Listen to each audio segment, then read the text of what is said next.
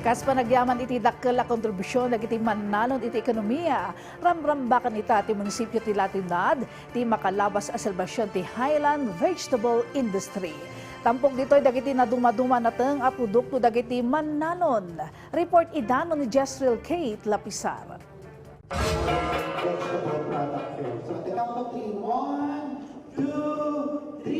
Nang rugi itang aldaw ti makalawas apan nakarambak ti maikawalo a Highland Vegetable Industry Week iti munisipyo ti La Trinidad. Kas panang lukat ti selebrasyon, naangay ti Thanksgiving Mass tapno mapagyamanan tinabaknang nga industriya tinateng iti ili. Nakipasad iti selebrasyon ti sister municipalities ti ili, manipod iti Bontoc Mountain Province kan Rosales, Pangasinan, kagiddan ti panagyaman da iti partnership da iti ili tapno masustinir ti umdas a supply tinateng kadagiti lugar da. It's a very important partnership.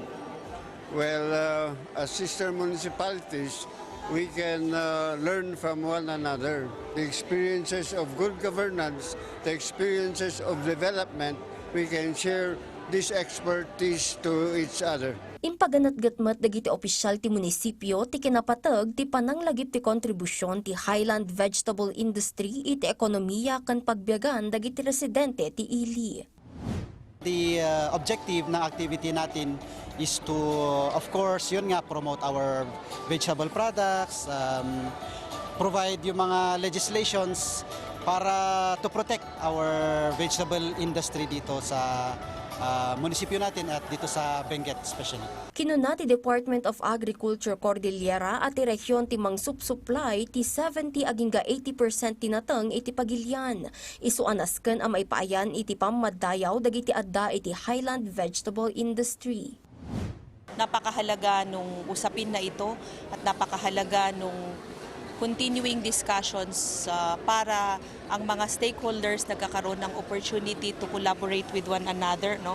Discussions kung ano yung mga concerns nila, ano yung mga bagong teknolohiya, no? Hindi lang naman ito sa part ng ating farmers but also sa part ng ating consumers. Inayon na pay nga agtultuloy ti panangipaay ti tulong ti ahensya kadagiti mannalon nga apektado iti napalabas a krisis ti petrolyo.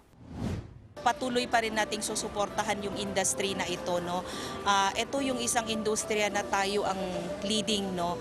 Pero beyond the leading us na leading yung industry, kailangan pa rin nung usapin more directly with our stakeholders para we can advocate also mga possible ba yung crop programming. May patungpal dagiti nagdudumang aktibidad para iti selebrasyon iti munisipyo ti La Trinidad aging gainton Biyernes, July 17.